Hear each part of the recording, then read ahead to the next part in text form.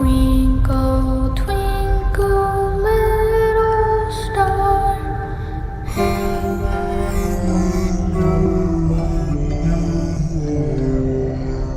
He's alive!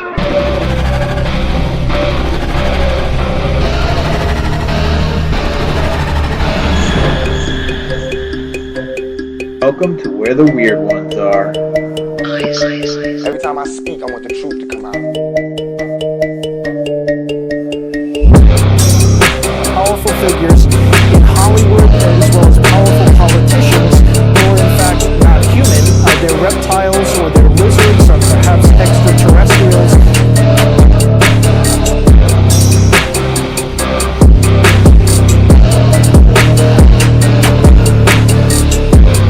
I don't think it is a human. I think it's a Sasquatch.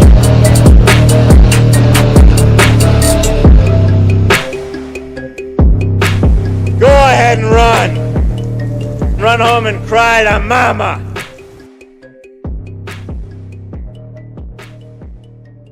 Let's get weird. Hello, we are Rachel and Heather, the hosts of Like Mother Like Murder podcast. And you're listening to Kevin on Where the Weird Ones Are. Oh. What's up, you fucking weirdos? Welcome to another episode of Where the Weird Ones Are. My name is Kevin, but you probably already knew that, and if you didn't, now you do. Today's episode is with Alecia from Twisted and Uncorked Podcast. She's a lovely lady. She's experienced some hella creepy shit. She grew up in a haunted house. And later on in life, she ended up working at a haunted restaurant where she full on saw a little boy who looked as real as you and I do in our real life. Did not look apparition-y or anything. It was just a little boy. And I'll let her tell you the story. But it's very interesting and it would have scared the shit out of me. So, but yeah, she's one of two hosts for Twisted and Uncorked. It's a podcast that I enjoy listening to, so I think you guys will enjoy it as well. They do, paranormal stuff, true crime stuff, conspiracy stuff. So it's a good time. They're both great, both her and Sierra. Really enjoy listening to them, so I really think you guys will too. And if you like them, listen to a couple episodes and drop them a rating and a review, that would be phenomenal. And I would greatly appreciate it if you did that. So, anyways, 14 Fest is coming up really quick. It is June 8th, right here in Sanford, Maine. At the Memorial Gym, I will be vending. I'll have my hot sauce and whatnot. There'll be a few speakers. My buddy Phil Anderson's going to be there speaking, and that's going to be fucking great. Also, June 18th, I will be going live with Beyond the Shadows and Tales, Trails, and Taverns at the Conjuring House. I believe we're going to be going live on Instagram, but more details will come out about that eventually. But oh yeah. And 40 Fest, if you haven't gotten your tickets, head on over to Facebook 40 Fest. That's FORTEAN Fest. And you can get your tickets through there. There's a shit ton of vendors, so and food trucks and shit. So if you're having a hard time finding where to get your tickets, don't hesitate to reach out to Paranormal 5, Missy and Richie. They are the people that are putting on the event. They're a husband and wife paranormal group. They investigate with their children. And yeah, they're lovely people and they will be more than happy to help you out if you are struggling finding the event. So, with that being said, if you really like garlic powder, I highly recommend Bigfoot's Breath. Right here, raw garlic dust. This shit is hella good. And I don't know why I'm saying hella a lot, but I just that's what I'm doing. But it's made by Flavors of the Forest. You can check them out at flavorsforest.com. You can go follow their IG or their Instagram, which is also Flavors Forest. Great people.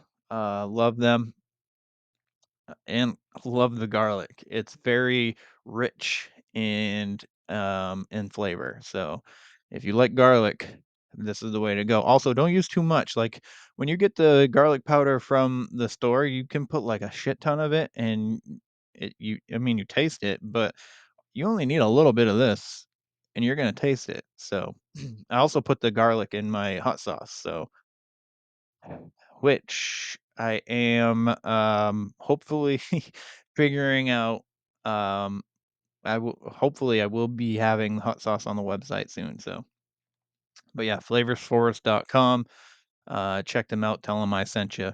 And if you like the show, please follow, share, subscribe.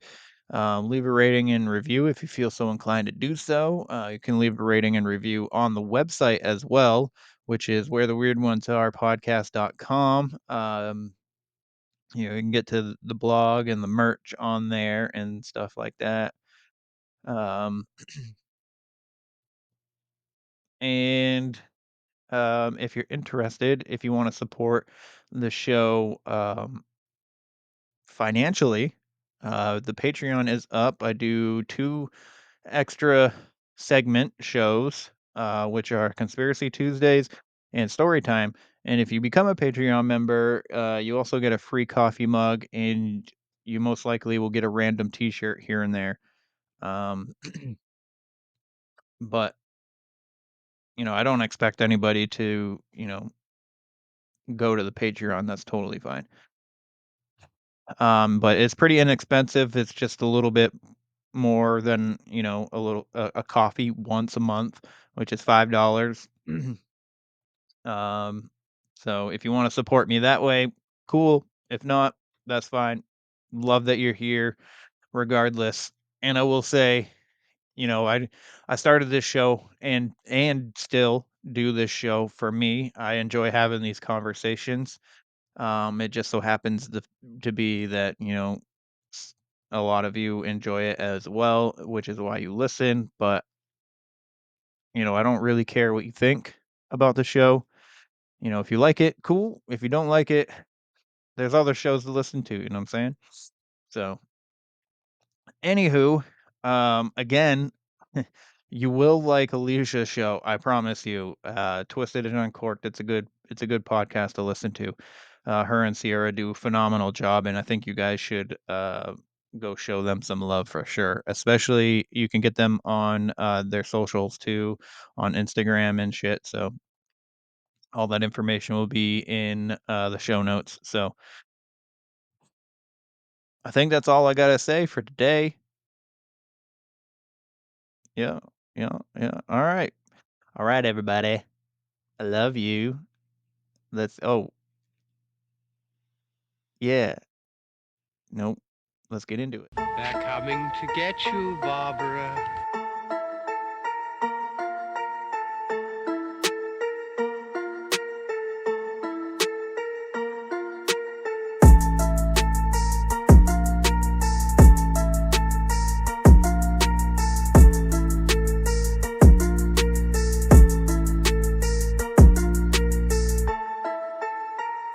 Let's get weird.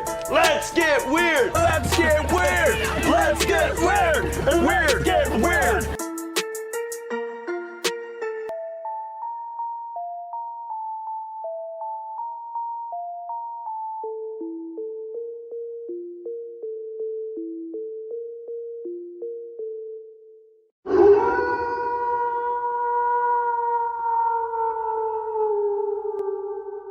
What's up, everybody? Welcome to another episode. So happy that you're here.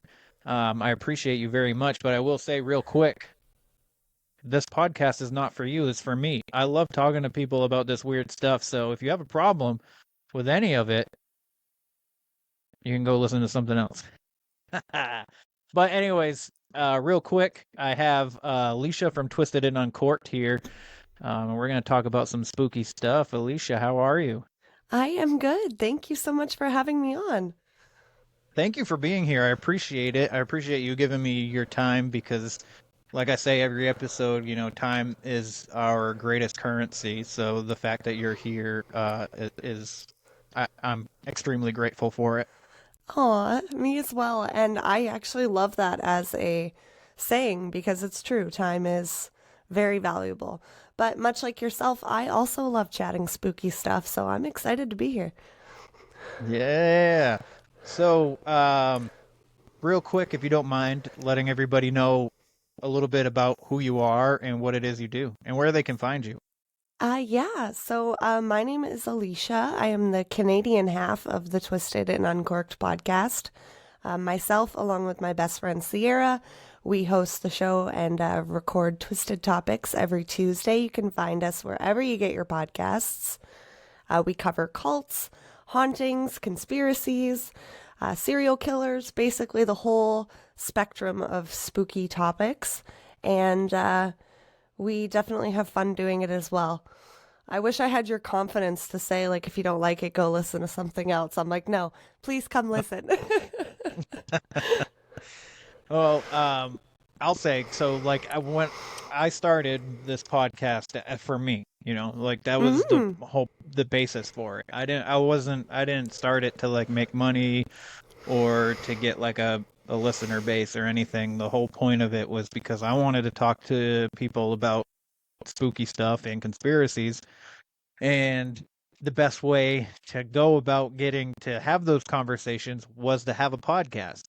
Absolutely. So that's what I did. Find like-minded people like us along the way, right? Absolutely. I've made amazing friends I've become such good friends with a lot of people through this too. So it's been a blessing in that aspect. I mean, and the listener base has gone up quite a bit, but Good. When people like comment stuff like, "Oh, I don't like your intro" or something like that, and I'm just like, then go listen to someone else. Or you have the option to skip the intro too. You know what I mean? Right. So there's hundreds of podcasts, but this one is great. I will say you are very good at interviewing people, and you've managed to meet some pretty creepy people, and I love it. Yeah, some people have some creepy stories. So, and I'm looking forward to the future. And actually, booked up. I'm booked out till August right now. I just booked my first August person today, so that is cool. Yeah, good for you. Thank you. And the Patreon is getting up there too. There's quite a bit of people in there already, which I did not expect either. I just made it just in case anybody wanted to support me, and I was like, oh, whatever. If you do, you do. If you don't, you don't. But so first question I like to ask, especially mainly other podcasters, obviously, is what got you started down this road to doing your own podcast? Well, I've always been a really creative person, and much to most people's surprise, I am the weird one in my friend group. Not a lot of my friends enjoy talking. Like, I'm like, oh, did you hear that this murder happened in the news? And I can't believe that this is going on. And they're like, what is wrong with you?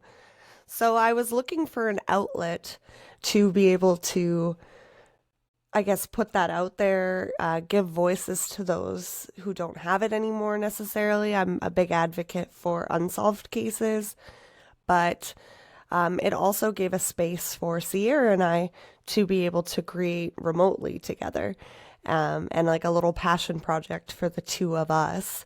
And most people don't know this, but she actually had her own podcast beforehand, and I started this show with another person, and neither of those shows ended up working out. And Sierra and I had become friends through the podcasting community, and I was like, I don't know what to do. Like, should I just keep doing it on my own? And she was like, here's a crazy thought. Why don't we join forces? So we kind of restarted Twisted and Uncorked. She used to be on a show called Basic Murder Babes, and it didn't really align with her personality. So it kind of gave a fresh start to this show, and it was an option and an opportunity for us to be able to create together and spend time together every week. So it's been a lot of fun. We're going on That's 3.5 years now, which is crazy. That's amazing. That is amazing. I too am entering my 3rd year. Congratulations. Actually. So, thank you. I was just doing like checking out all like where I post my episodes, right? I do 2 a week and stuff, and I was counting all the way through to see when I get to 200, and 200 should be like January, February, and I was like, what? I feel like I'm approaching that a lot faster, but maybe, Yeah, what is but time? Right. I do Conspiracy Tuesdays randomly sometimes too, so that would add to the episode count as well.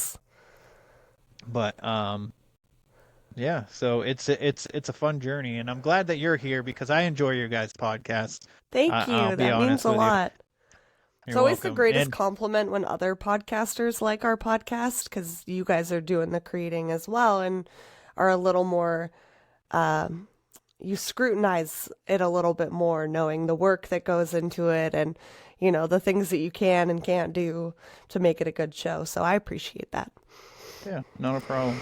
I will say real quick for the listeners, one of the first episodes I ever listened to of Twisted and Uncorked, Alicia's husband also was named Kevin, and she yelled at him in the middle of it. She's like, Kevin! And I was driving, obviously, at work, and I just like ducked like somebody was yelling at me, and I was just like, what the fuck did I do? And I had to immediately message her and be like, hey, one of you guys screamed Kevin, and it scared the shit out of me. I'm so sorry. That was me. My husband is a big gamer, and we share a wall. His games room is on the other side of my podcast area. So sometimes when he's got his noise-canceling headphones on, he doesn't realize how loud he's being. And while we do have, a little bit of soundproofing, it's not always perfect. But sometimes his sound effects are like perfectly timed with the story we're telling. So I at least got to give him that. So.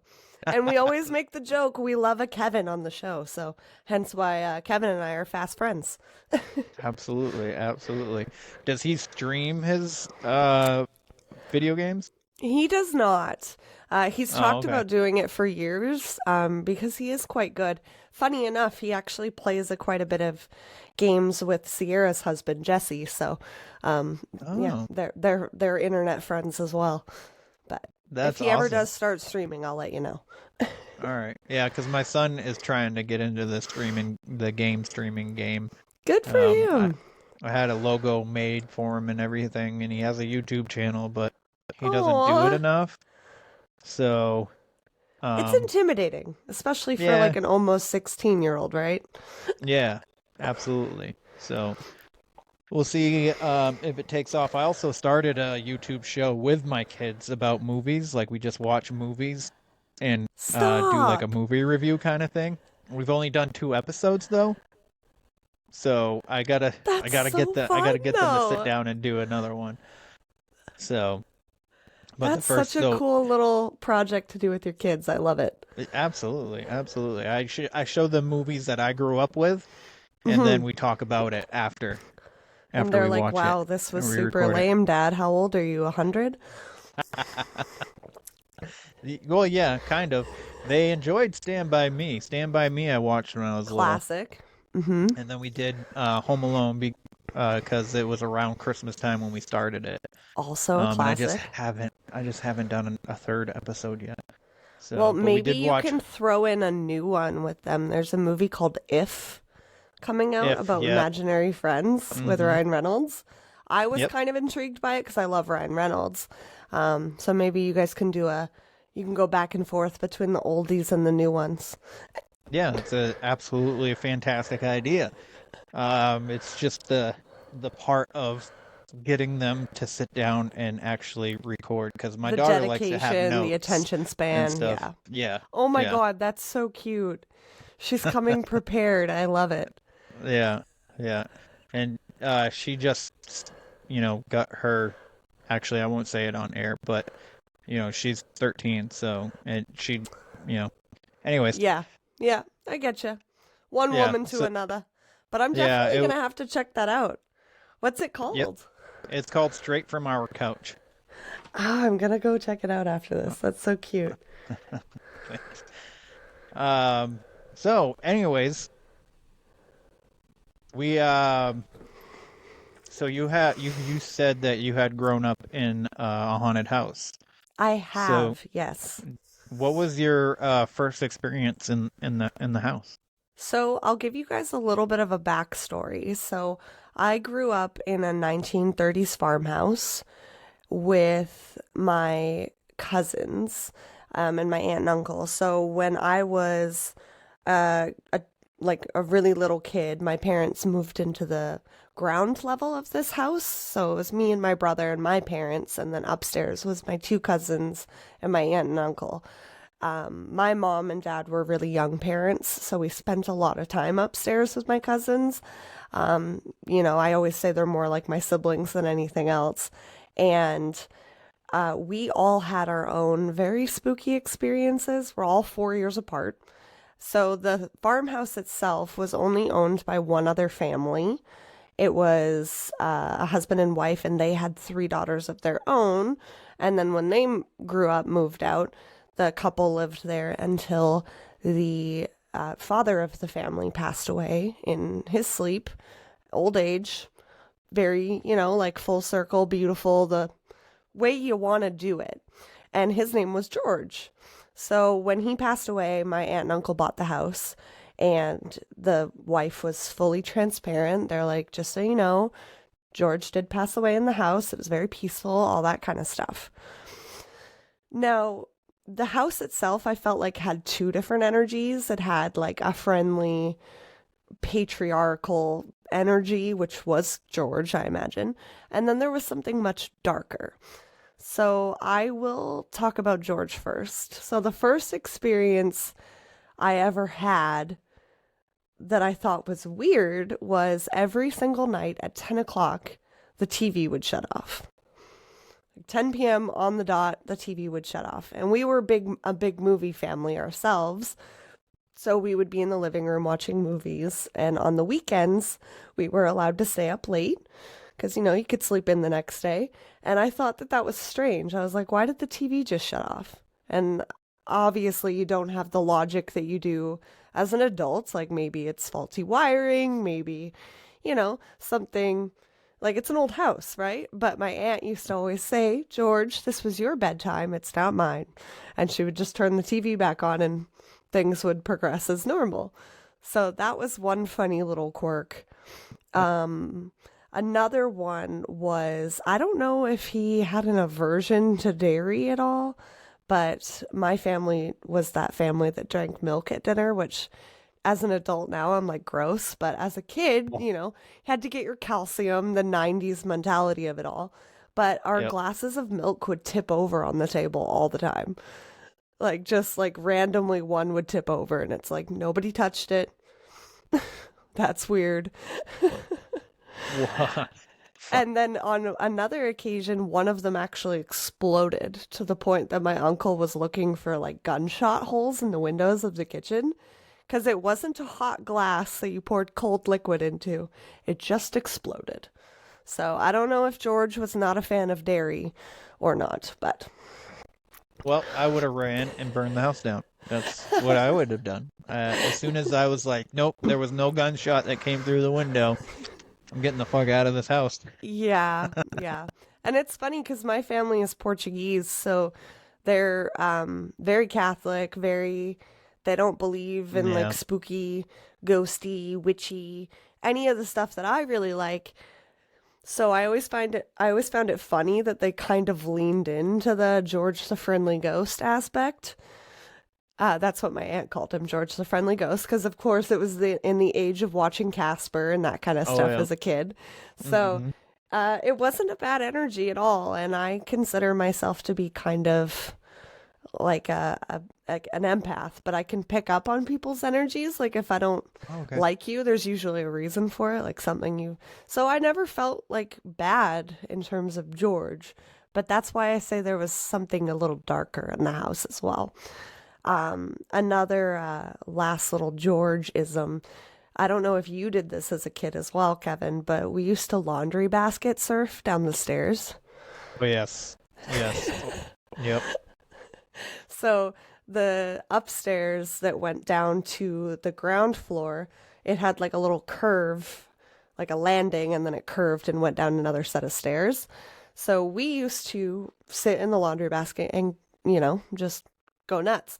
Now, there was one instance where I was the one being pushed down the stairs, and you'd have to like tip the laundry basket a little bit to make the curve. Otherwise, you were going to hit the wall.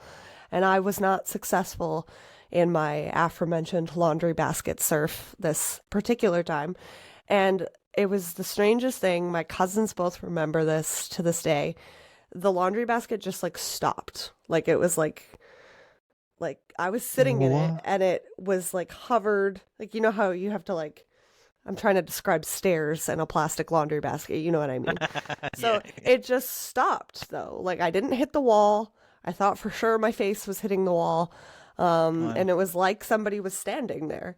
It was the weirdest thing. So I always like to thank George for the fact that I don't have a broken nose.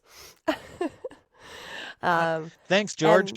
Yeah, right. After that, we were all a little freaked out and we stopped, surfing for the day, but they still remember it. Like I see my cousins quite regularly still, and we make jokes about the house all the time. And she was like, yeah, that was super freaky that just like stopped. And if I didn't have witnesses, I don't think anyone would ever believe me, but it was definitely a strange one, but like a friendly dad ghost, he's like, oh, this kid's going to hit her face. Might as well stand here. But that's pretty that's interesting the story. Fun part of the ghostly household that I grew up in. The not so fun part is, and it's an energy I can't really describe that well, but it just felt dark. It felt sinister. It was almost like poltergeisty at times in terms of moving stuff, flipping stuff, like very aggressive. So there was the first instance that happened with that was through an answering machine. So my uncle ran his own landscaping business, and the kitchen was in one room, and then there was a wall and like a little dining space that we didn't really use, and then the living room around the corner. But that's where his desk was set up for his business. And we had the rule, when you're eating dinner, you don't answer the phone. You let it go to voicemail. So the phone would ring at all hours of the day because he did run his own business. And we were all sitting at the dinner table eating one night, and the phone rang, and my aunt was like, it'll go to voicemail, just leave it. And the answering machine would click on, and you could hear whoever it was leaving the voicemail. But on this occasion, it was like like Pennywise in the shower drain, like just like gurgly and raspy and like deeply unsettling, to the point that my aunt got up and thought something was wrong with the answering machine, like maybe the speaker was going. So she let it play, and then she unplugged it and plugged it back in, and then tried to play the message, and it was the same thing. And then the messages on either side of it were totally fine, totally clear, regular people. So she was like, that's gross, and deleted it. Oh my God. That would have scared the crap out of me. Yeah, I think I was probably like 8 or 9 at the time, so it didn't really register as like... Yeah. But looking back on it now, I'm like, oh, no. Like, it's like what you hear in a horror movie, so... Yeah, that was pretty spooky. Did she try and answer the phone, or? No, she let it like play, thinking that something was wrong with the answering machine initially. So okay. There was no callback number, obviously. And this was back in the day where we had like rotary landlines, and it's not like you could trace the number, like call back. Yeah. So it was the time of the first Scream movie. Yes, exactly. And I'm like, all wow, before I'm maybe 96. showing my age while telling this story, but it's gross. Like it was gross. It was very creepy. Mm-hmm. And one of the places that I found like the darkest energy was in the hallway of the house. So my aunt, wrangled the four of us, but she also had our cousins like outside a lot of the time. She worked from home, so, she was able to babysit and help out with the kids. And there was usually about like 6 to 9 of us at any given time at the house. Wow. And it was all my family, so it was great. Yeah. And I loved growing up this way. But the hallway was the timeout corner. And shit. I hated timeout corner. Right? I was like, no, what did I do? Please don't make me go stand in the corner with my face there. It's torture. It was. My dad actually, when he first got his video camera, he started like leaving it behind us to frickin' see if we would move so he could check it. Oh, so he could like leave and go out and do something outside or something like that, not have to like pay attention to us. It was and then really if bad. you moved, he would know, and then it would double your timeout time. Ugh. It would. He only did it to me and my older brother. He didn't do it to my sister. Because let me guess, she just accepted her penance and stood in the corner. No, she didn't. She was just princess. She was princess. She got everything from my dad. So, I get and then that once dynamic. my little brother was born, he got everything from my mom. So yeah, now he's the baby. Yeah. Yep. Yeah, he got special treatment from my mom, and my sister got special treatment from my dad. And I was like, well, what the fuck No about timeout. me? Yeah, right? What the hell? I don't want to be in the timeout corner. Oh, that's funny. But I'm glad it wasn't just me. But the corner itself, though, was the timeout corner because of the layout I described in the kind of main area. Yep. My uncle's office would go down the hallway. There was a bathroom on the right, one of my cousin's bedrooms on the left, and then my aunt and uncle's bedroom on the right, and then my other cousin's bedroom on the left. And at the end of the hallway, there was a linen closet. I can't even really say it was a closet. It was like a tiny, I think the door was probably about 5 feet tall. And it didn't really latch. It was just kind of like a handle for show that you pushed closed. And there were shelves in there, and that's where all the towels and blankets and whatnot were kept. Sorry, I thought I was going to sneeze. So we... Sorry, hold on one second. I want to not have you edit all of my grossness. So that was the timeout corner because it was the furthest away from where everyone else was playing and the quietest spot. But it was also where I felt like that negative energy kind of hung out. And I would even ask, after a couple of timeouts there, I'd be like, can you please put me anywhere else? Like, put me anywhere else in the house. I do not want to go down there. And she just thought it was because, we were scared of the closet for whatever reason, like boogeyman kind of style. And she was like, you guys are just being silly. The closet's fine. It's not going to bite you. But it was cold down there, like really, really, really cold. And it was weird because it was only this one, corner of the hallway.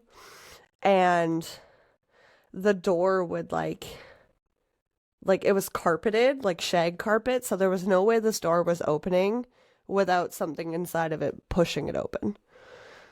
Like it wasn't just like a loose screw or something on the door. So the door would push open quite regularly when we were in timeout, and something was trying to get out of the closet, and that was very unsettling. Picture frame, my aunt always had picture frames on the walls of all of us, and those would just fly off the wall. There was a serrated... The pictures would just fly off the wall? Like a horror movie, yeah. Oh my God. And my uncle would be like, oh, it was just a loose nail. I'm like, sure. Okay. Yeah. All right. I'm a child, but I'm not dumb. I'm not dumb, yeah. I know that, yes, picture, walls can weaken, the nail can weaken, it'll fall to the floor, but it won't fly off the wall. Hey, you. Yeah, you. Are you into weird shit? Yeah? You into cryptids? What about hauntings? Yeah, I've got a ghost for you. Oh, you like otherworldly beings? Me too. Check out all these aliens. We have plenty. How do you feel about a good legend? Want to hear about spooky happenings? Yeah, you do. Let us show you what we've got. Hey guys, grab a drink and join us, Amanda and Sean, every week while we dive into the strange and haunting topics that have piqued our interest. See you over at The Haunted and the Strange, wherever you get your podcasts. Stay spooky. Right. And we also had one of those, like, true 1970s kitchen. My aunt had one of those electric serrated knives, and it was underneath the cabinets in, like, that little locking mechanism. We can picture it, everyone. That used to just, like, come out of the holder all the time. And it was like, that's locked. There's no way that would just come out. And it would just fall onto the counter. Like, it would fly out and then fall onto the counter. And actually, I totally forgot about that until my cousin brought it up the other day. She was like, remember that serrated knife that would just, like, randomly come out? That was unsettling.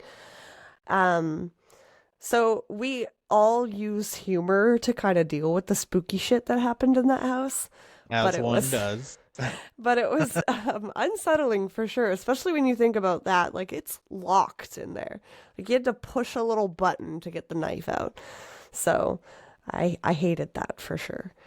And then the last kind of punked activity that we got from this poltergeisty kind of dark energy was all unique to each of us. So I had a boombox when I was a kid. The CD player, the tape player, and the radio combo. Oh, okay. Yeah. Yeah. I had big the speakers. Yeah, I had the tape deck one, and I used to record the radio onto my Did you walk blank around tapes. with it on your shoulder and serenade sure people did. too? Absolutely. I sure did. It's the only sure way did. to do it. Mm-hmm. But that would turn on in the middle of the night sometimes. Oh, shit. And it was like a huge button that you had to, like, push in to turn it on, and that would just, like, blast. I'm pretty sure I was really into Good Charlotte at the time, in, like, the middle of the night. And I was like, I swear I didn't turn it on. Like, I would get in trouble. And I was like, I did not turn it on. It just came on its own. And people were like, I don't know about that. And it was super loud. Like, I never had it turned that loud. It was like, it's like something turned the dial and then turned it on. And it would wake up the whole house. And then, I'd get more timeout corners. So it's really a vicious cycle. Yeah. That is a vicious cycle. You get woken up in the middle of the night. Not only did you wake up, but everybody else is in the house is waking up, and you're like, what the fuck is happening? And then you got to go into the corner where you're scared to go. So exactly. And soul crushingly enough, as a punishment at one point for that happening, the boombox got taken away.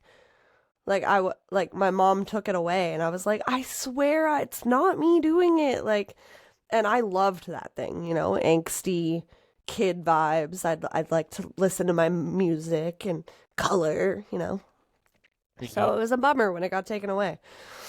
Did it turn on its own once it got taken away? Nope. Oh, of course. Of course not. No. That's not how paranormal activity works. It's not here to justify your movements. Mm-hmm. Mm-hmm. Wow.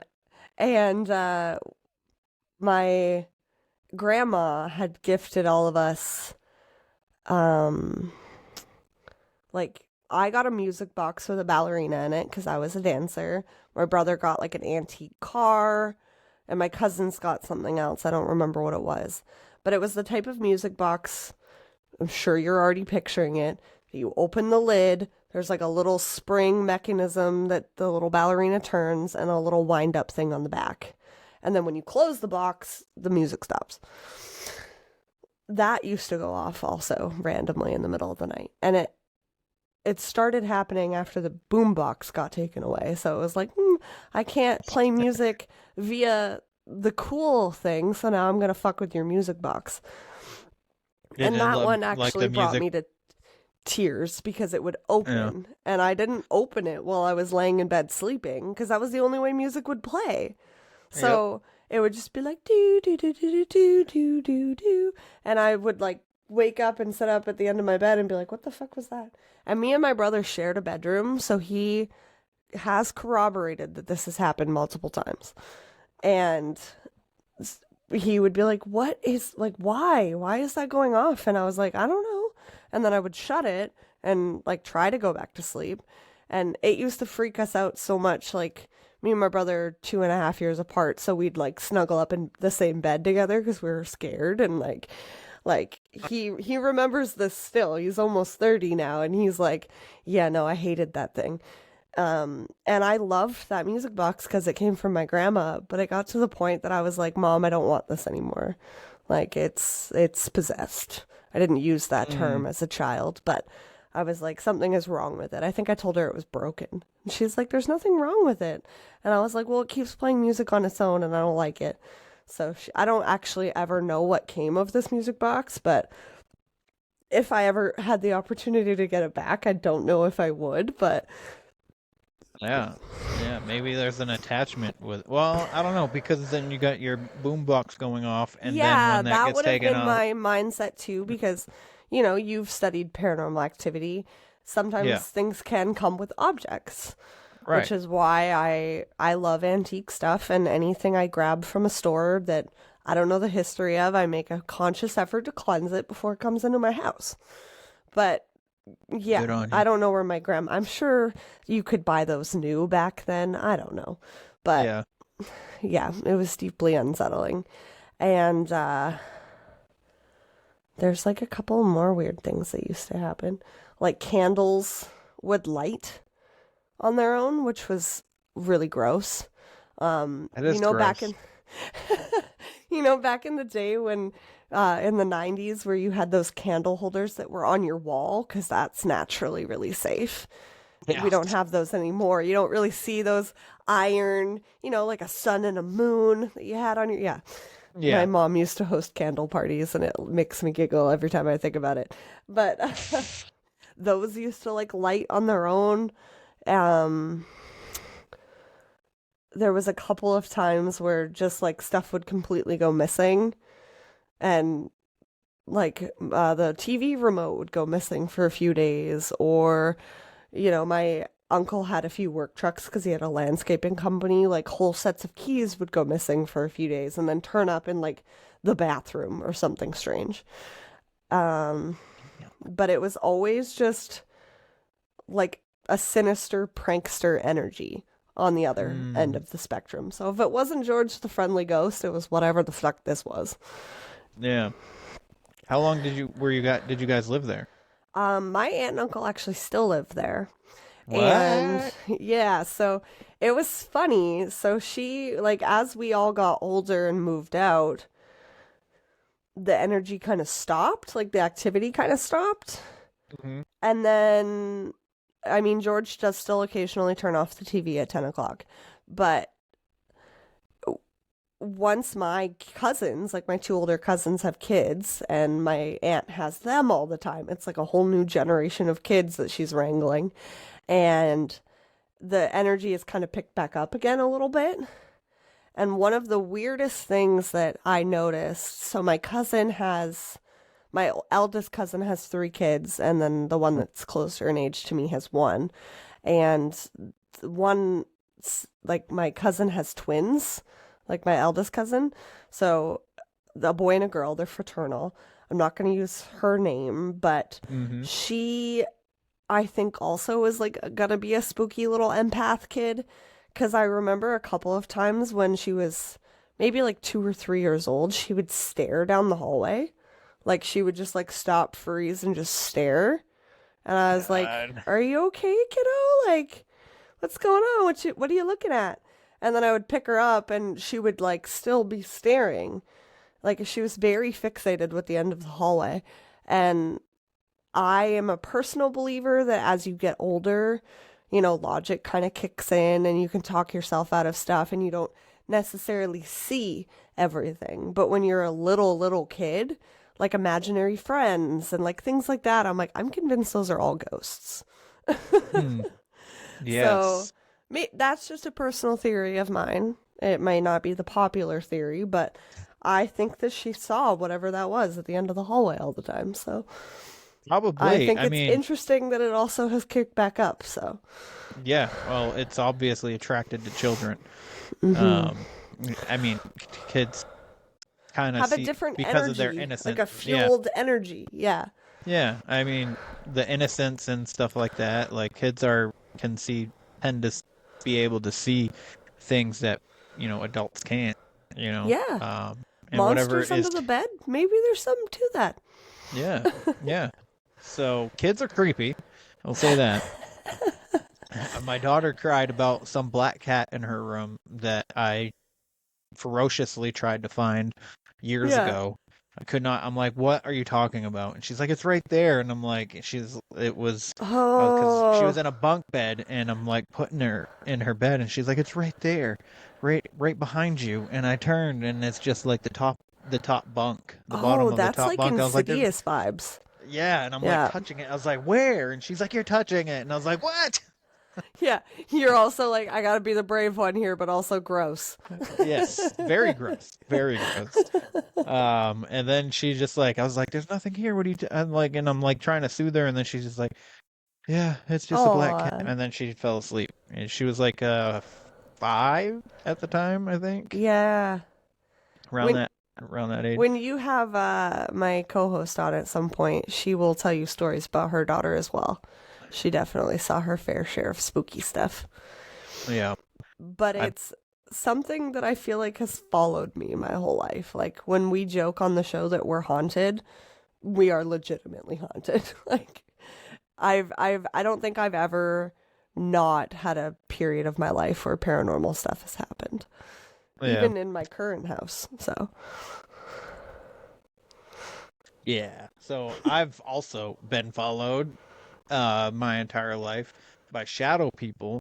I don't know if you like listen to the show or much of it, but periodically we'll talk about things that have happened to me in this house right here and throughout my childhood and stuff. But it's been pretty interesting.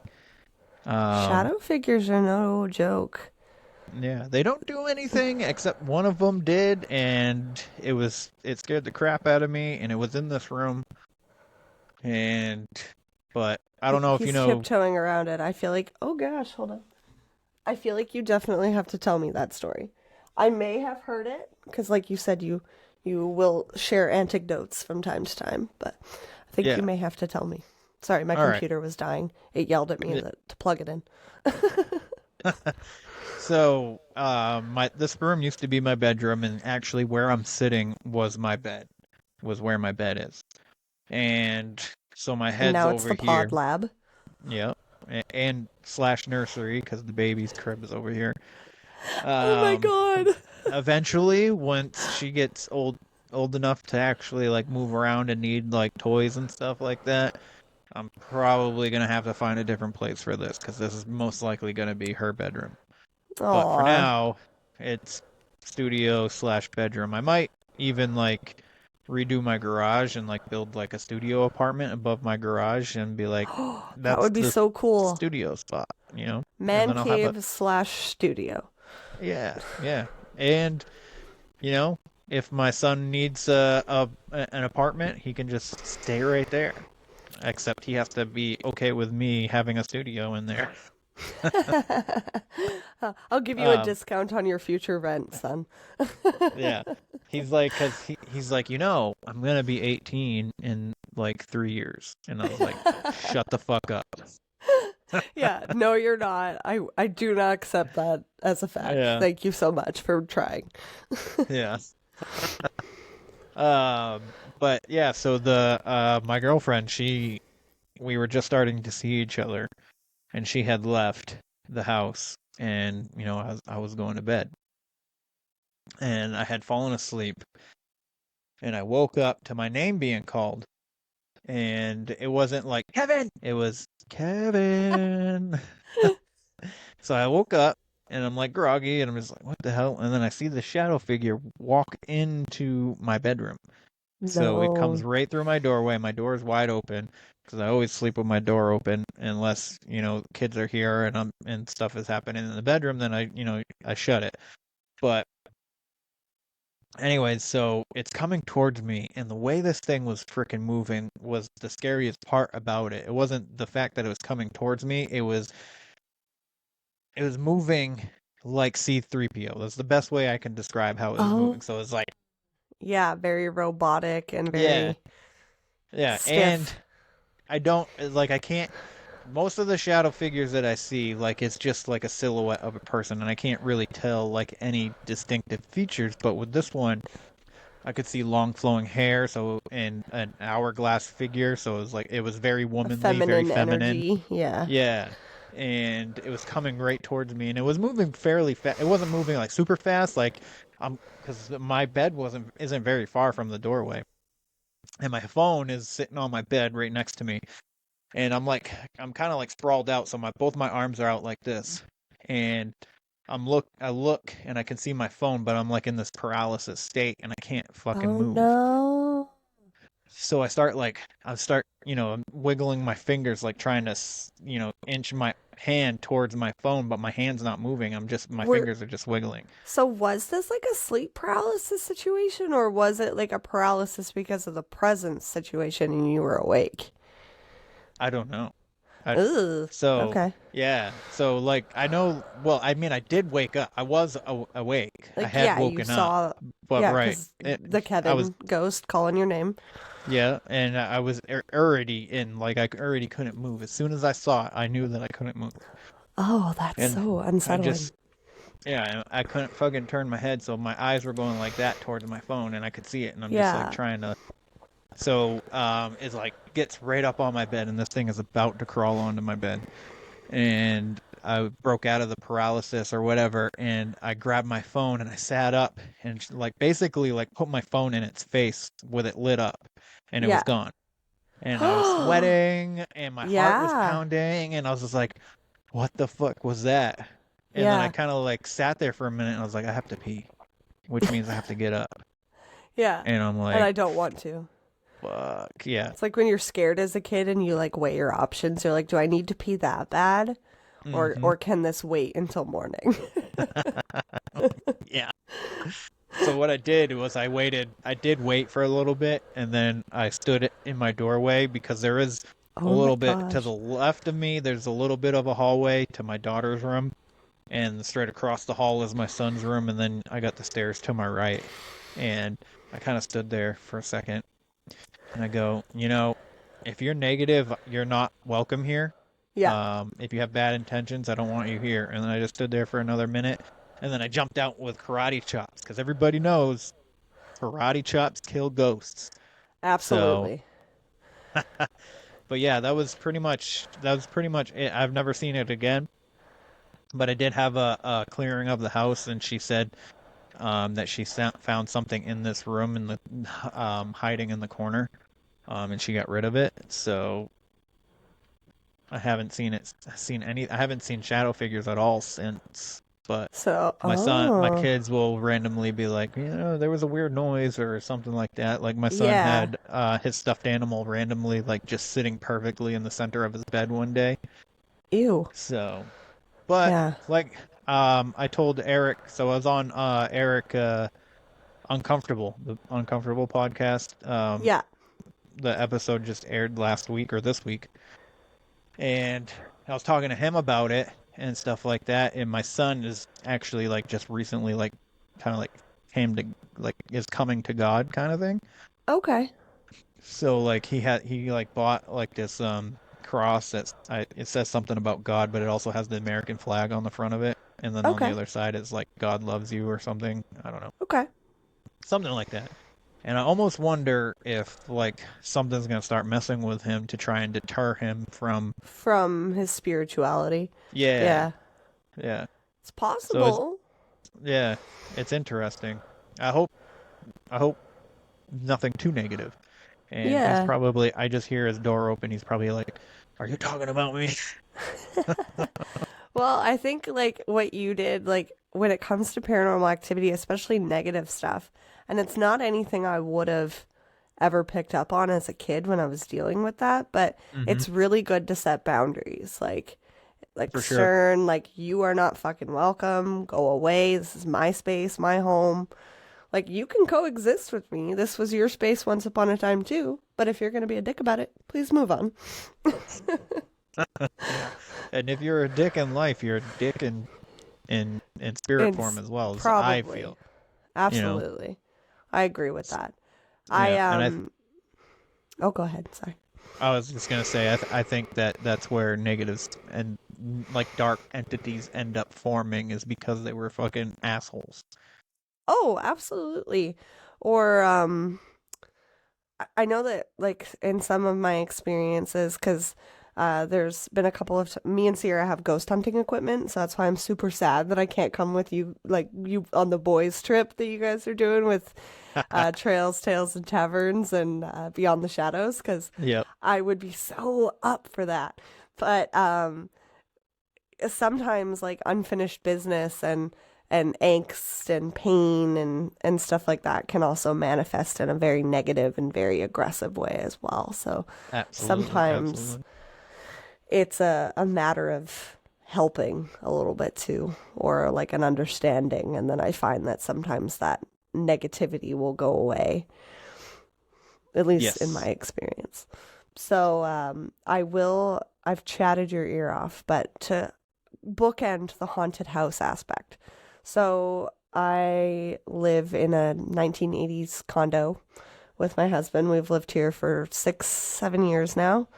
And one weird thing that I thought was interesting when we moved in is that our door to come into our apartment, the lock is upside down.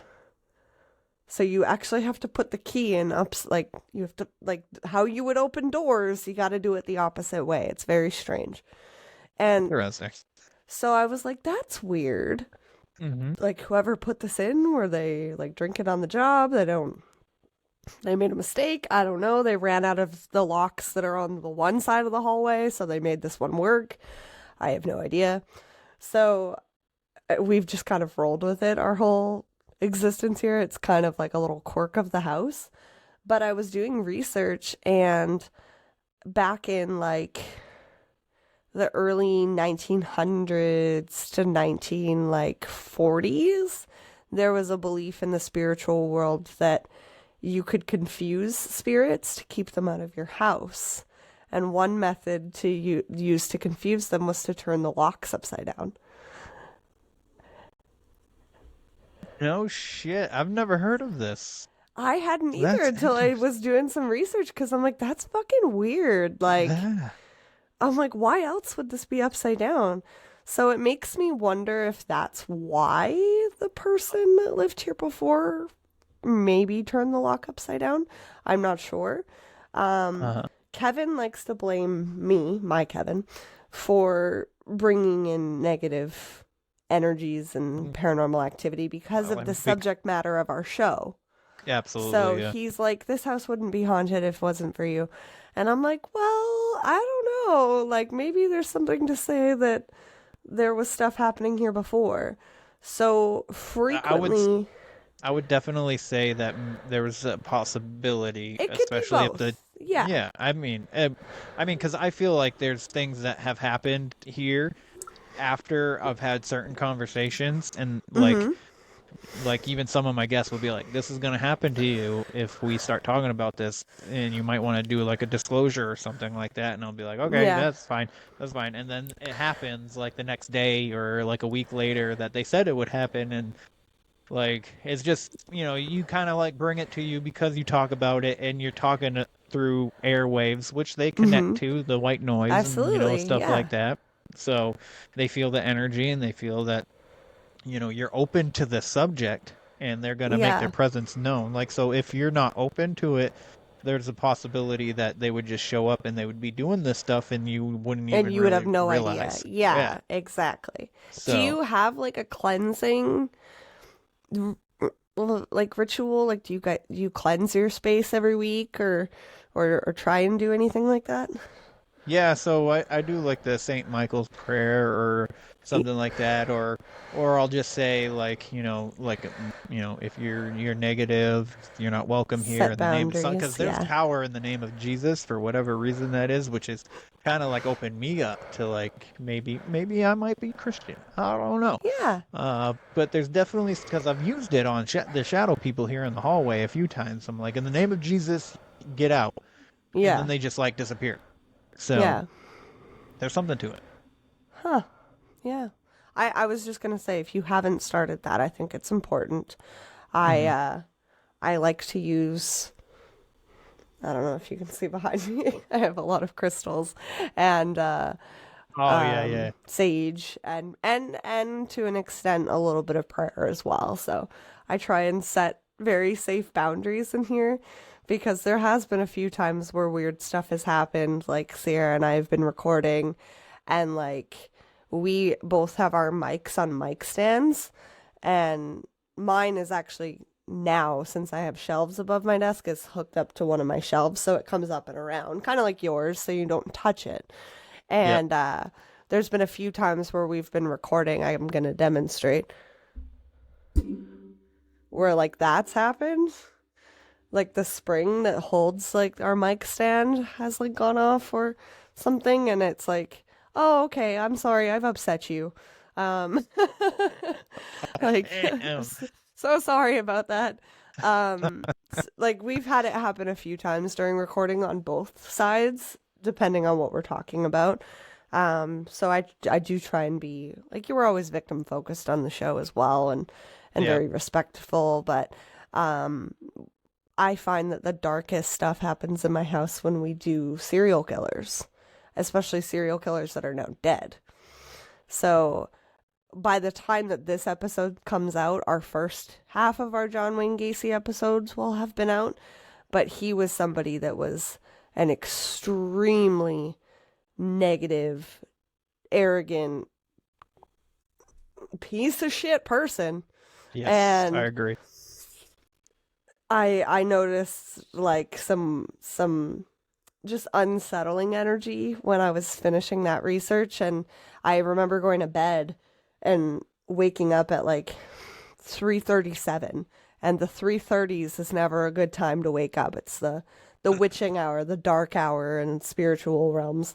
And I felt like I was being watched. Like So I actually recorded in my bedroom, and to the left of me where I'm sitting is our bed. It's kind of an awkward shape, like this little weird awkward hallway thing.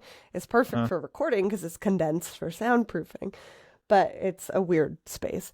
And I have never liked sleeping with my bedroom door open, even as a kid. I hate it. And I always try and sleep the furthest away from the bedroom door.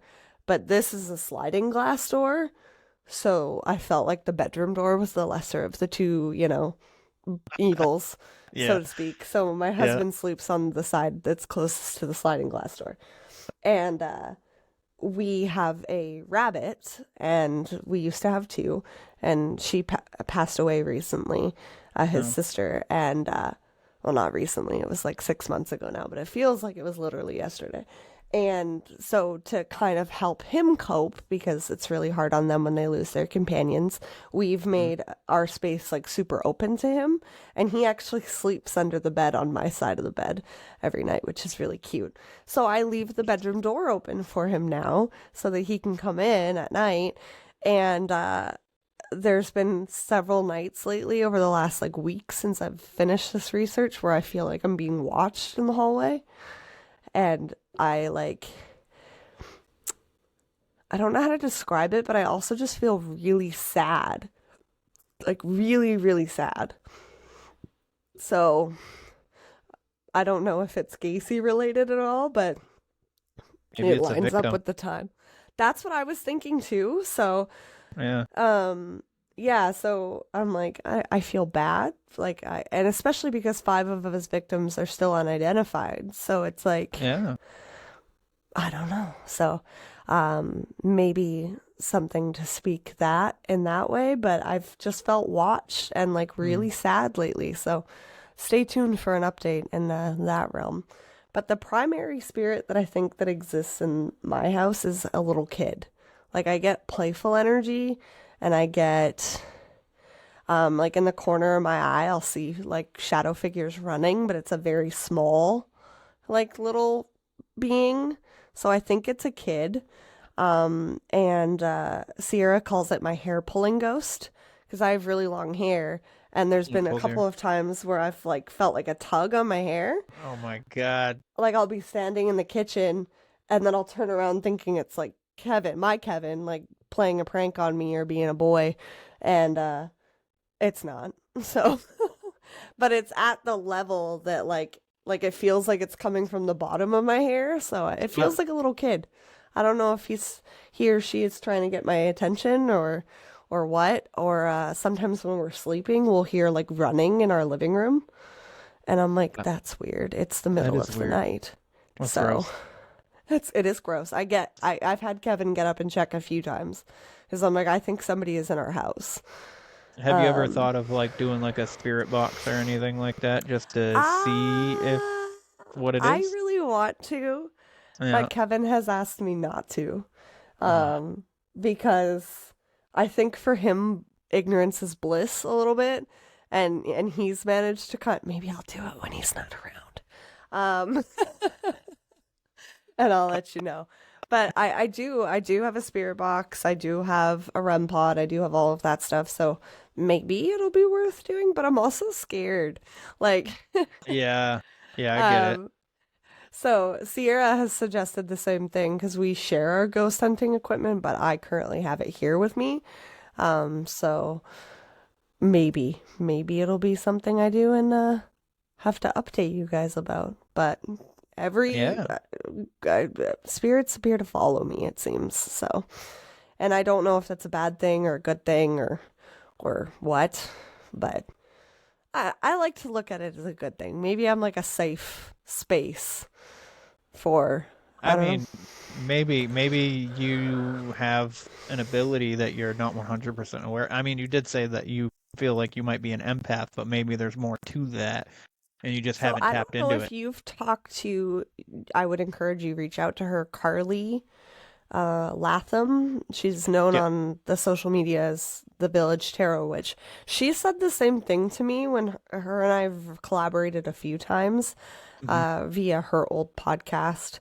And she actually did a reading for me after my rabbit passed away because I was really struggling with it. And she said the same thing. She's like, I think that this is something that you need to sit with and try and tap into a little bit if you're willing. Yeah. And so maybe it'll be something that I dabble in, but it's also like when you grow up in the Catholic world, you're told to not leave yourself open to anything, or you leave yourself open to, something bad potentially happening to you. So even though I've kind of lost a little bit of that belief, there's still like that fear in the back of my head where I'm like, but maybe there's truth to it. Like my grandma telling me these things. So yeah.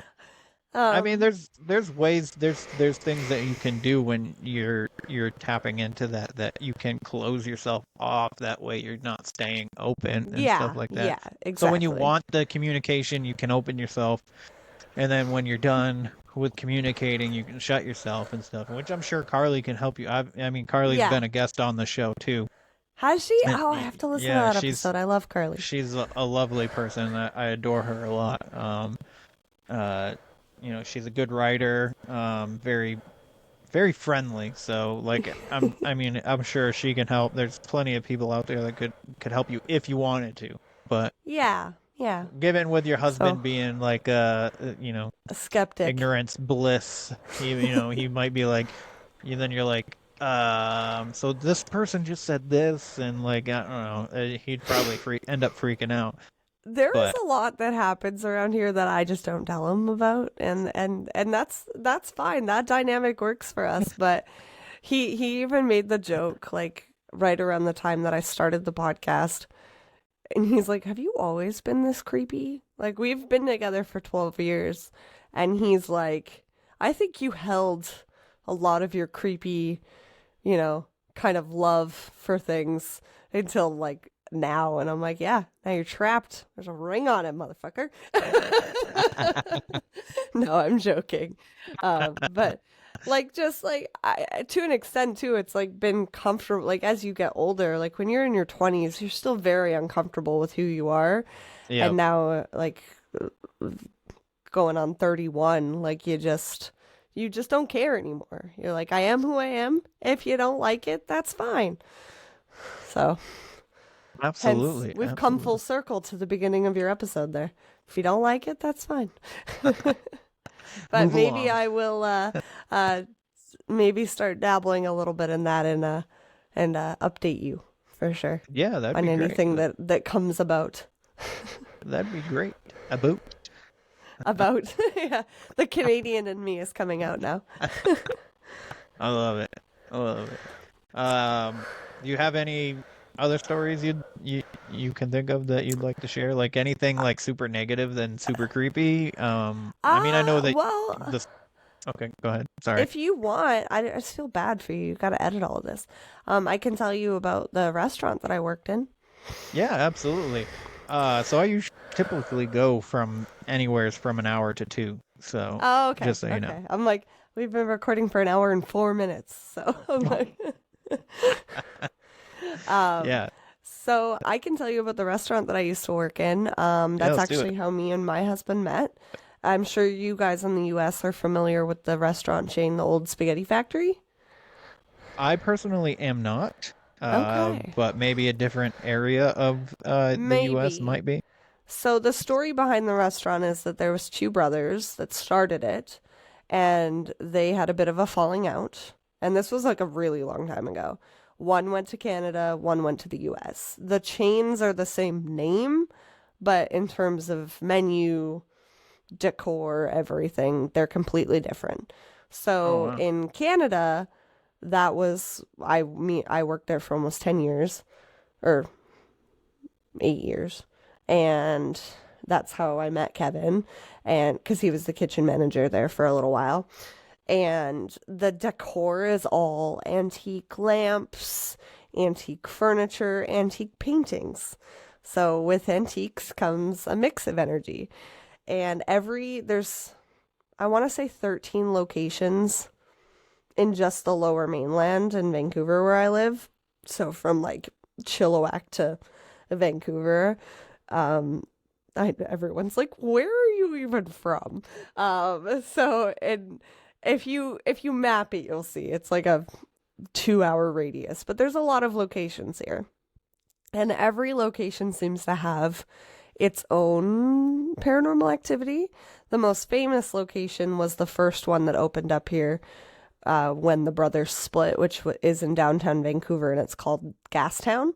It was like an old railway network back in the day, so there's a lot of paranormal activity to do with that down there.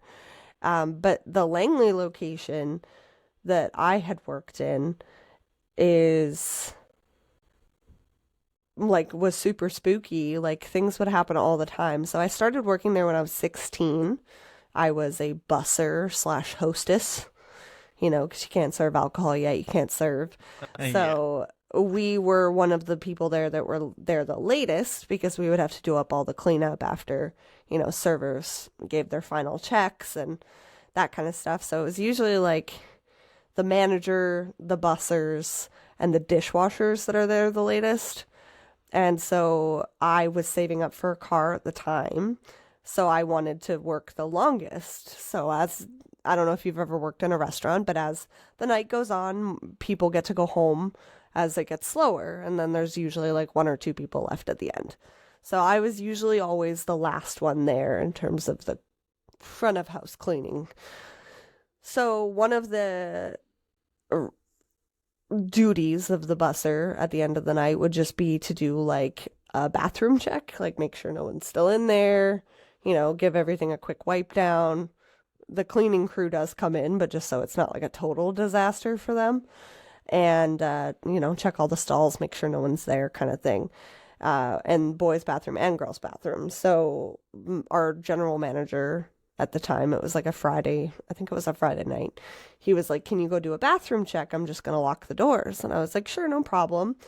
And I hated the hallways to the bathrooms. So there was the men and women's bathroom, and then at the very end of the hallway there was like a family bathroom and one that was wheelchair accessible. And there was something dark down that hallway. I didn't like it at all. So it used to freak me out, and I'd be like, yeah, sure, I'll go do it, but I don't want to. And as my career at the spaghetti factory progresses, you'll learn why. But this was just like probably my first couple weeks there. And so I went and did a bathroom check, and I started in the boys' bathroom. There's 3 stalls. There was nothing in there. And I went to the girls' bathroom, and there was 2 sets of 4 stalls across from each other, so 8 altogether. And, you know, I like pushed them open as I went and made sure no one was in there. And then I got to the 7th one, and I like pushed the stall door open, but it came back and like slammed. And I was like, oh, okay, like thinking that I initially just, you know, maybe walked in on somebody, and I was like, sorry. And I didn't hear anything. So I was like, okay, that's weird. So I like poked I did the lean and looked under the stall. There was no feet or anything. And so I tried to open it again, but it wouldn't move. And so I was like, okay. So initially I was like, is somebody standing on the toilet so I can't see their feet, and they're like just like squatting in this bathroom? Like, I don't know. So I went and told my GM about it, and I was like, hey, like this was weird and it just happened. And he was like, oh, yeah, sometimes that happens. Like, I'm like, I'm so sorry, what? Excuse me? What do you mean sometimes that happens? And he's like, oh, you'll see. The restaurant's a little haunted. And I was like, oh, okay. Do you want to go check to make sure there's actually no one in there? And so he went in there, and the stall was open, and there was no one in there. And I was like, oh, good stuff. Good stuff. Oh, my God. So I was like, that's fun. I definitely would have ran, for sure. I'm just being honest. And to this, like, as I got older and worked there, and I ended up managing and all that kind of stuff, we always had like a bathroom buddy system, because like in the restaurant industry, at the end of the night, you have a drink at the bar, you know, with your friends, that kind of stuff. After a few drinks, you got to go to the bathroom, and I would always make someone go with me. I was like, I'm not going in there by myself. So, super spooky. And the lights in the family washroom at the end of the hallway would turn on all the time.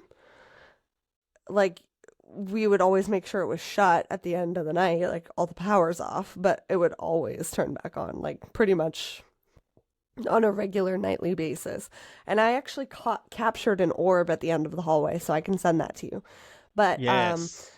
So there's like an exit door at the very end of that hallway as well for fire escape reasons, but it was always shut.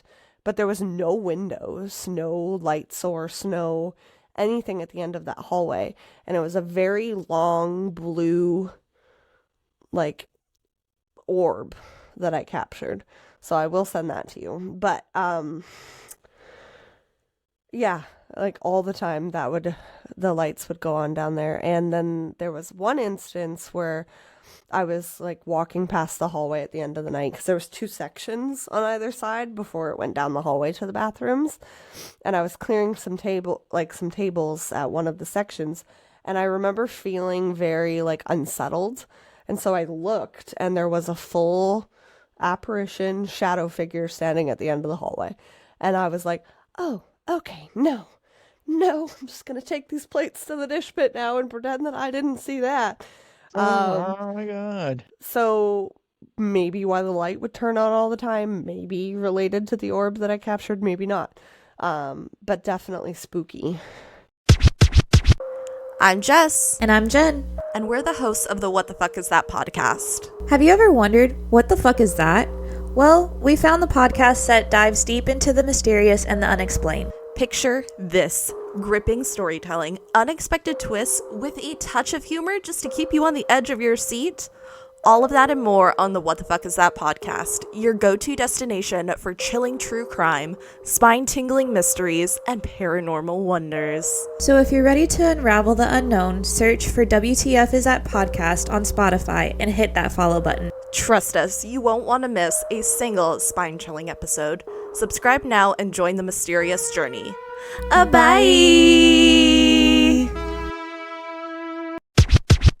That was one area of the restaurant that had some activity. The other area was the host desk at the front. So there, like when you walk in, there was like a stained glass like half wall, and you could go towards the bar around one corner or towards another main section around the other.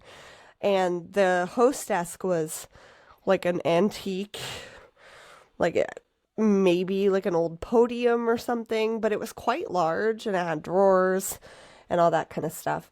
And at the end of the night, as we closed, but people were still finishing up their meals, there was a sign that we would put on the desk that said, you know, we're closed, but we can't lock the front door yet because then everyone that goes to leave is going to unlock it anyway. So we always used to put this sign up on the desk, and it was like in a picture frame kind of style. That would fly off the desk all the time, like all the time. The amount of times that we had to get it replaced because it would like smash into pieces was almost ridiculous. Oh like, my goodness. I'm like, we need to, like, there needs to be a better system than this. Like, can we put one of those little signs on the door that you like flip? Like, we're just replacing frame after frame at this point. And the first time that it happened, it really freaked me out. But then after that, it was almost like amusing. It was like, yeah, it happens. So I remember like when I was the 16, like busing, hosting kind of thing, I put it up and I was cleaning tables, and the last section of the restaurant that was open was always the one closest to the bar because usually the bartender was there until the end of the night as well. And I remember cleaning a couple tables around the corner and just seeing it go across the tile. And I was like, huh? Like, I thought, like, maybe a customer knocked it off, like somebody was just being an asshole or whatever. And so I went up there was no one up there, and it was on the floor, and there was like an old gas tank that was converted into a fish tank. So it was like the pumps at the bottom and then a large tank at the top where the fish were, and it was like right beside that tank. And I was like, what the hell? Like, how did you get all the way over here? So, you know, I picked it up. It was scuffed up a little bit, and I put it back on the desk. But it happened pretty much all the time. Or it would just, like, fall over. But it wouldn't fall over in a way that was, like, you know, just like a normal thing tipping over because it's not stable. It would, like, slam. Like, something was pissed off that it was there. Holy shit. Like, no, you cannot be closed. Like... Yeah, absolutely not. I need my fill of pasta. I do not accept. So it was always just really strange. And the third area that was kind of really spooky was the bar. So before I started floor managing, I was the bar manager. And we had like, the bar was like an old antique, like the countertop was like really, I don't know where they got the pieces of it, but they put it together so it was like one piece almost.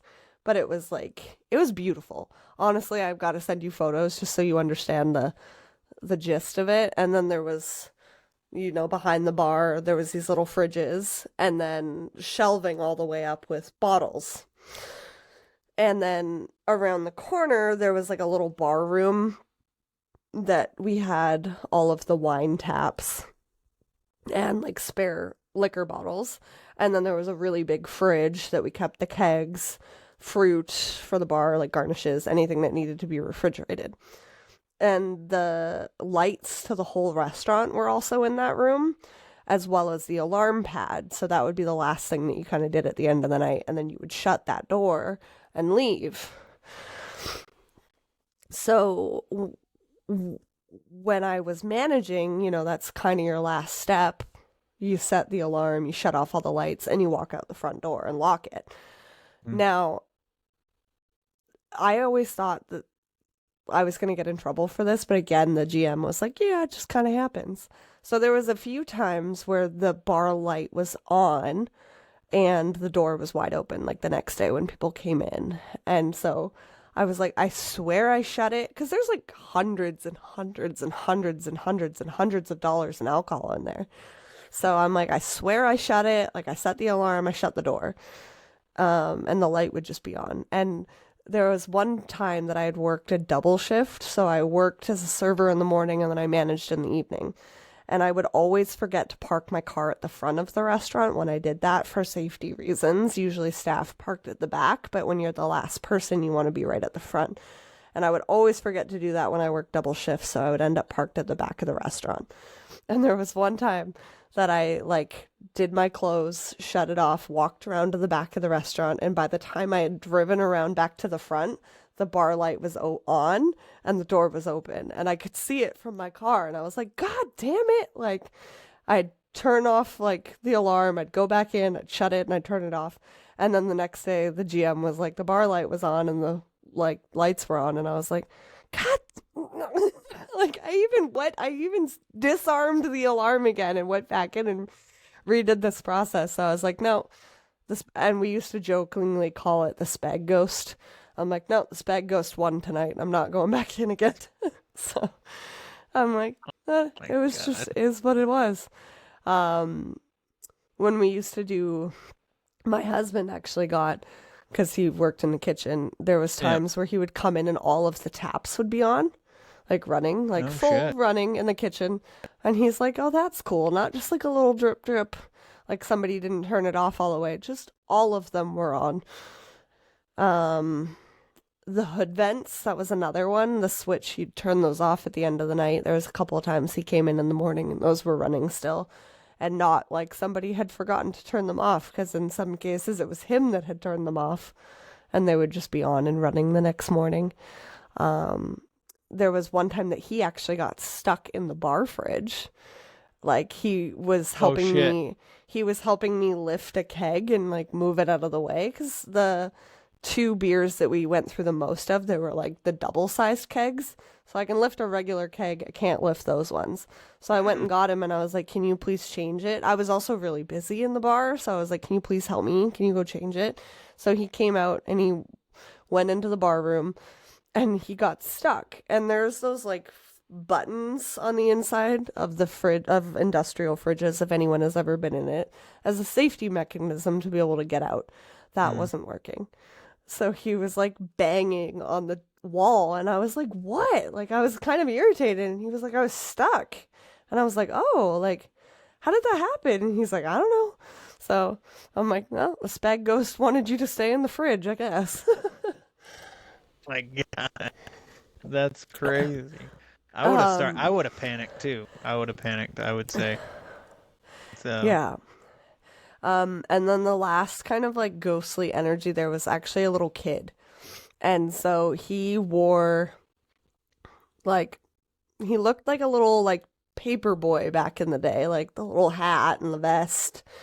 And there used to be events all the time that would promote the spaghetti factory, where you would dress in those that type of clothing, and parades and that kind of stuff. And it was right after one of those parades had been held. And so I was thinking it was just a little kid there with his mom. And I was like, do you, where's your mom? The restaurant is almost closed. And he just pointed and I was like, okay, go find her. He never said anything. And then he I came back from the back to the main floor of the restaurant and he was gone, but there was no one else there. So I thought that was really weird. And then a couple weeks later, another server, she was helping the busser and just setting tables at the end of the night while she was waiting for her last couple tables to leave. And the little boy was underneath the table, just kind of crouched under the booth.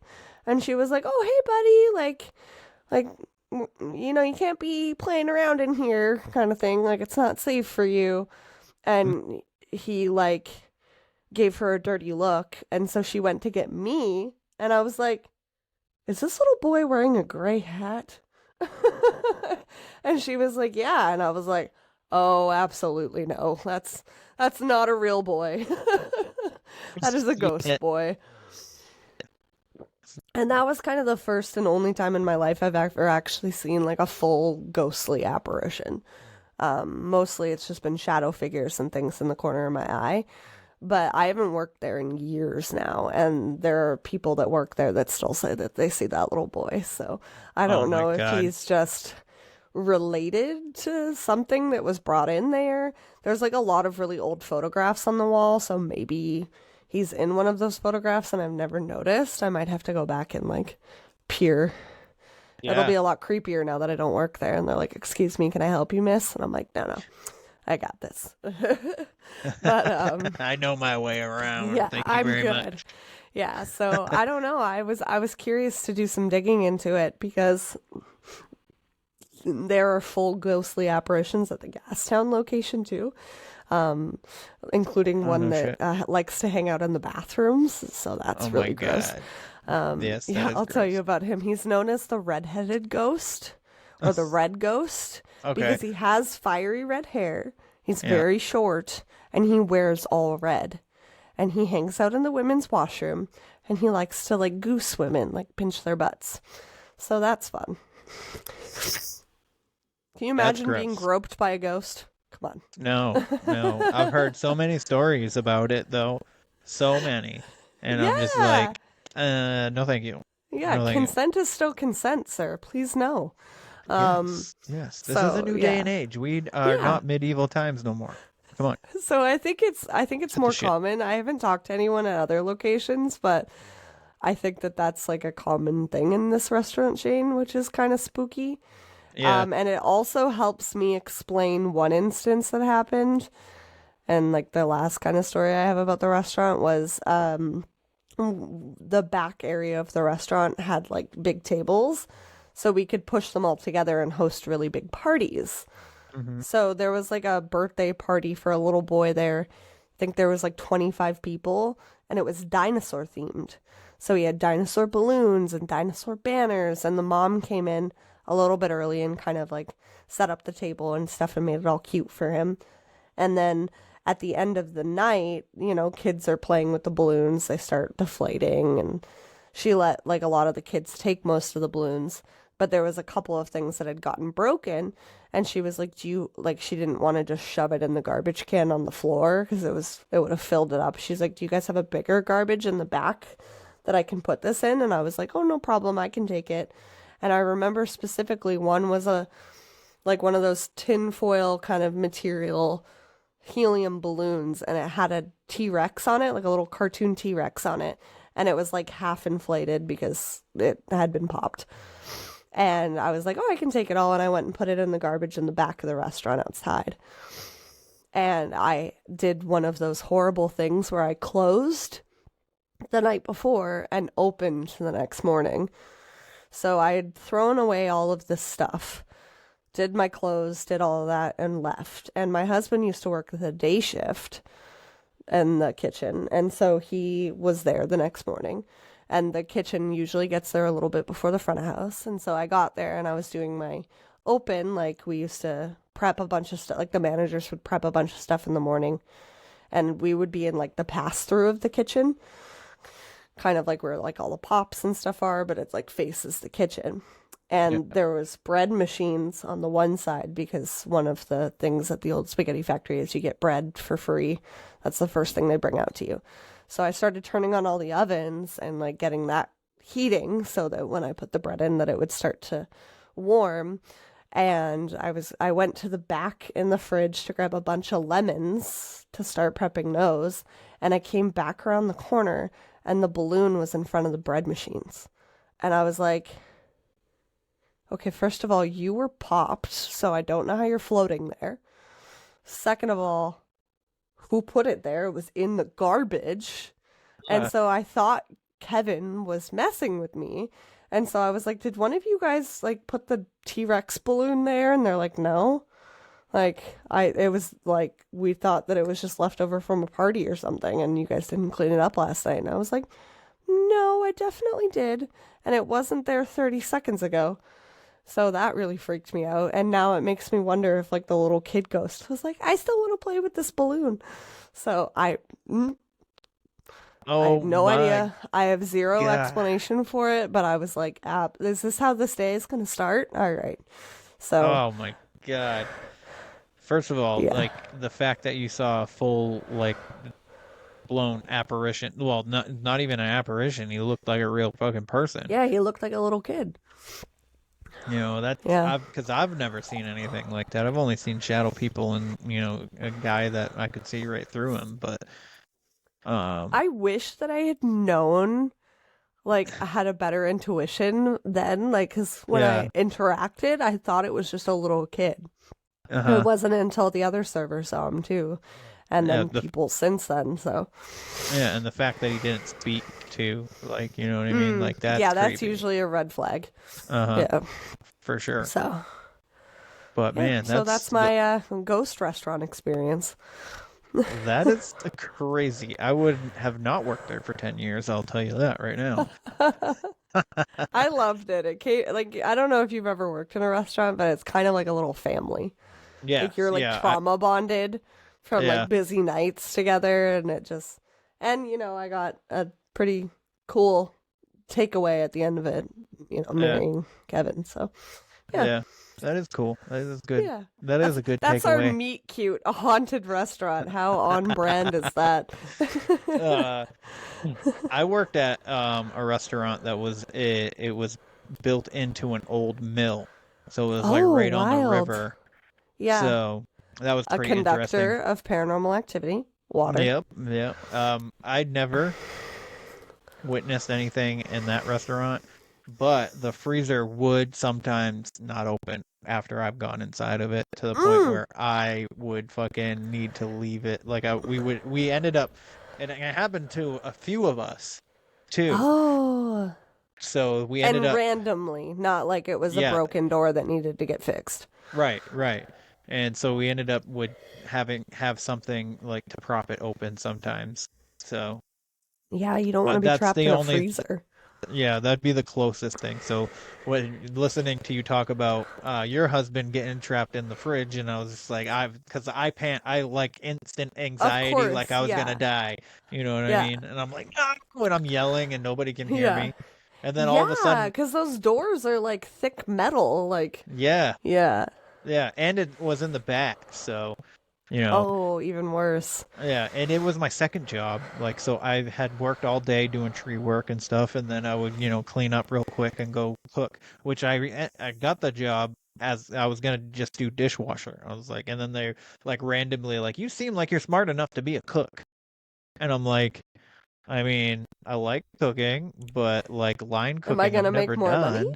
money? That's what I said. Is it more money? And they're like, yes. And I was like, all right, sign me up. Yeah, exactly. Dish pit is for anyone that has worked in the restaurant industry is a humble beginning for most, and the least fun fucking job in any restaurant. You leave soaking wet. You're there the longest.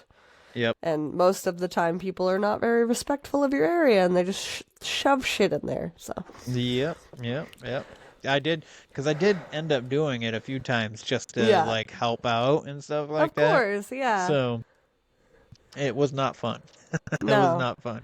There was one night where I just could not keep up with it, and I was just like, "What the hell is happening?" Yeah, what is happening outside? I need everyone to stop eating. Everyone cease for a moment so I can finish this.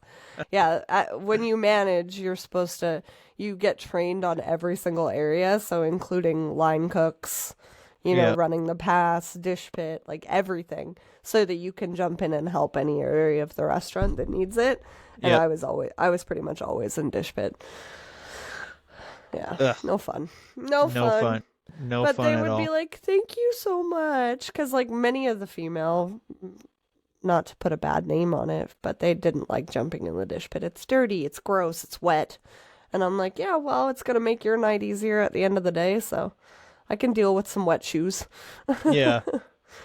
The place that I worked at, we always ended up having, like, some, like, toothless fucking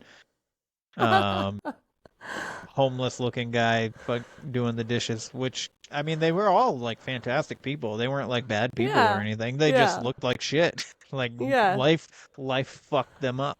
You know what I mean? And now that's where we are. Yeah. Aww. So, but it's definitely a humble job, that's for sure, in the restaurant industry. And especially when you have to deal with ghosts on top of it, making your job harder. Absolutely, absolutely. Which I'm surprised that that particular restaurant that I worked in, like nothing, like more stuff didn't happen just because it was an old mill. Like people, like were working there way back in the day as a factory. Potentially died on the job, or it was not necessarily great environment to work in. Yeah. So, but yeah, your stories are amazing. Thank you. A lot of them are super creepy. Don't tell Scott and Ryan that I told you the restaurant one before I told them. I've been promising them that story for a while to send in for a campfire story. Well, funny story is this episode comes out right after their episode, so. Oh, no way! So the secret will be out. Yeah. I'm sure you've talked about them on your show, but for your listeners that don't know, Beyond the Shadows is another really good podcast. Absolutely. I agree. And they're 110%. like basically Instagram famous now. I don't know what algorithm that they've cracked, but in the last 6 months, they've gone from 1,700 followers to 13,000. So, I mean, good for them. Good for them. Absolutely. Well, Alecia, if you don't mind letting the good people out there know one more time who you are, what you do, and where they can find you. Absolutely. Thank you. We are Twisted and Uncorked Podcast. We cover all twisted topics. We like to throw in some fun facts at the beginning of the episode too, to just kind of get the ball rolling. We usually have wine or sangria as well. And, we cover anything from cults, conspiracies, serial killers, hauntings, unsolved cases, disappearances, all that fun stuff. And uniquely, we record from 2 different countries. I am Alecia, the Canadian half, and if you couldn't tell by all my sorries and that kind of stuff. But you can find us wherever you're listening to this podcast now, and we hope to see you there. Nice. I will say it is a good podcast. I enjoy listening to it, and I think you will too. And I know I say that about everybody's podcast that has been on, but I truly mean it because I've listened to everybody's podcast that has been on. So I don't think you'd collaborate with somebody that you didn't agree with anyway. So there you go. His opinion is honest. Yeah. And if your name is Kevin, watch out. You may have a heart attack while you're driving your vehicle. Yeah, you might. There's a good possibility. But anyway, so that is the show, everybody. I'm so glad to have you here. But again, check out Twisted and Uncorked. But please like, follow, share, subscribe, do all that shit. Leave a rating and review. You can leave a rating and review on the website, where the weird ones are podcast.com. If you feel so inclined to do so. If not, I'm just happy that you're listening. And if you don't like the show, just like at the beginning, there's other shows you can listen to. So with that being said, question everything and stay weird. This concludes our broadcast day. Click.